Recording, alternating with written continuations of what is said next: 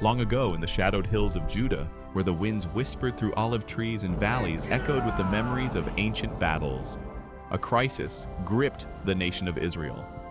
Their enemies, the Philistines, had marched into their territory, arrogant and unchallenged, and now stood in formation on one side of the valley of Elah.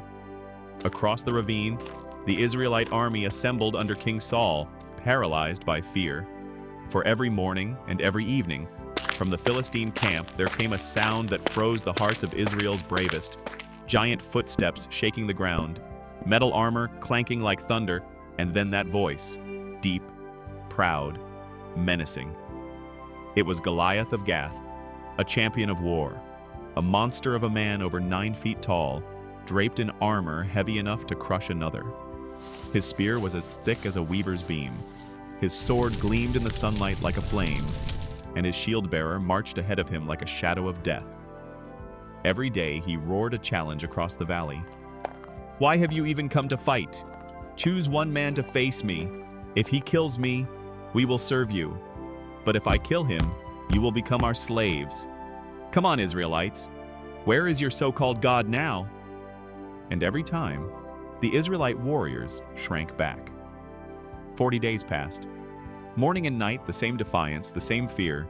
Not one dared to move. Not one soul had the courage to face the monster. Even King Saul, once bold and blessed by God, hid in his tent, haunted by the silence of heaven and the noise of his own fear. But God doesn't always send kings to kill giants. Sometimes he sends a boy. And far from the battlefield, in the quiet hills outside Bethlehem, a young shepherd named David was faithfully watching over sheep, unaware that destiny was about to find him. David, the youngest of 8 sons, wasn't tall or armored or trained in combat. He wasn't in the army. He wasn't even invited to fight. But he was faithful. While others fought for attention, David was singing psalms under the stars. While others carried swords, David carried a sling. While others wore armor, David wore trust.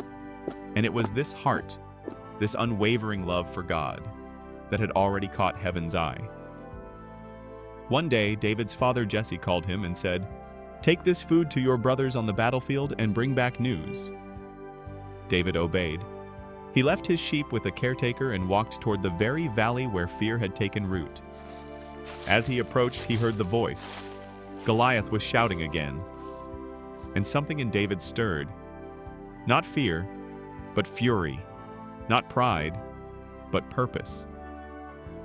He saw the army of Israel trembling, paralyzed.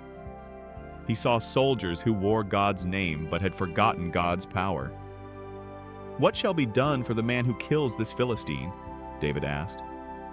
They told him of rewards, riches, the king's daughter, honor.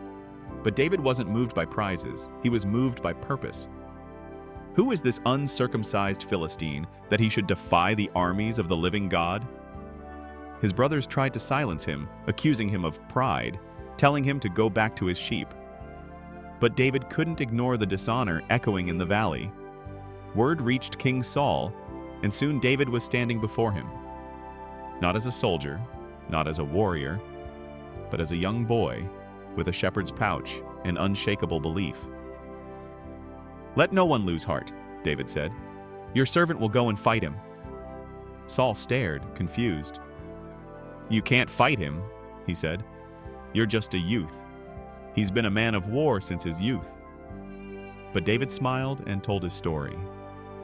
"When a lion came to attack my father's sheep, I struck it down. When a bear came, I seized it and killed it. The same God who delivered me then will deliver me now."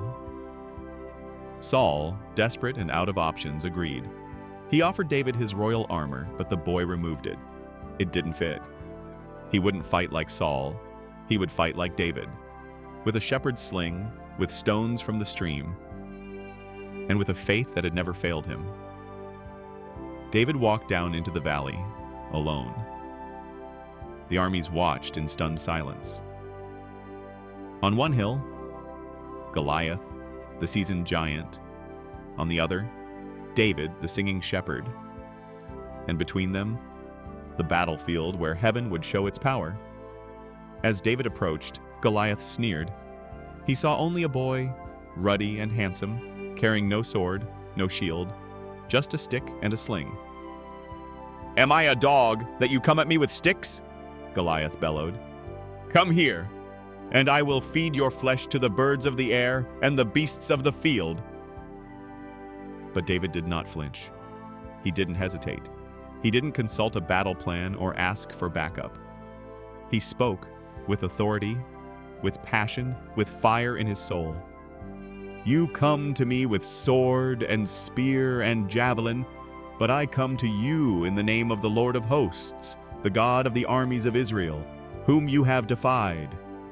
Today the Lord will deliver you into my hands, and I will strike you down and cut off your head, and all the earth will know that there is a God in Israel." The battle is not ours. It is the Lord's. And before the echo of his words faded from the valley walls, David ran forward, not away, not sideways, forward, toward the giant. He reached into his pouch, pulled out one smooth stone, placed it in his sling, spun it with force, with precision, with heaven's guidance, and let it fly. The stone sliced through the air, straight toward the forehead of the giant, and struck, hard, deep. Goliath staggered, stunned, and then, like a falling mountain, he crashed to the ground. The earth shook, the enemy gasped, and for a moment, all was still. The giant was dead. David stood over him, took Goliath's own sword, and finished what God had started. And the army of Israel, watching, breathless, suddenly erupted in a shout of triumph. The Philistines turned and fled. Fear changed sides that day. The shepherd had become the champion. And all of Israel knew this was no ordinary boy. This was a servant of the living God. The boy no one noticed had become the vessel through which God brought deliverance to a nation. But this story is not just history. It's prophecy. It speaks to every one of us who has ever faced a giant in the valley of fear. Maybe your Goliath doesn't carry a sword. Maybe it whispers lies in the night. Maybe it wears the name of depression, addiction, rejection, shame, failure, or fear of the future. Maybe it taunts you, day after day, telling you you're too small, too broken, too late, too far gone. But hear this now. Your God is still the same. He still chooses the overlooked. He still uses the underestimated. He still sends shepherds to slay giants. You may not feel ready, you may not feel strong, but God is not looking for perfect people. He's looking for willing hearts. David didn't win because he was powerful. He won because he was available. And when you show up with faith, God shows up with fire. The same God who guided David's stone can guide your words, your steps, your life.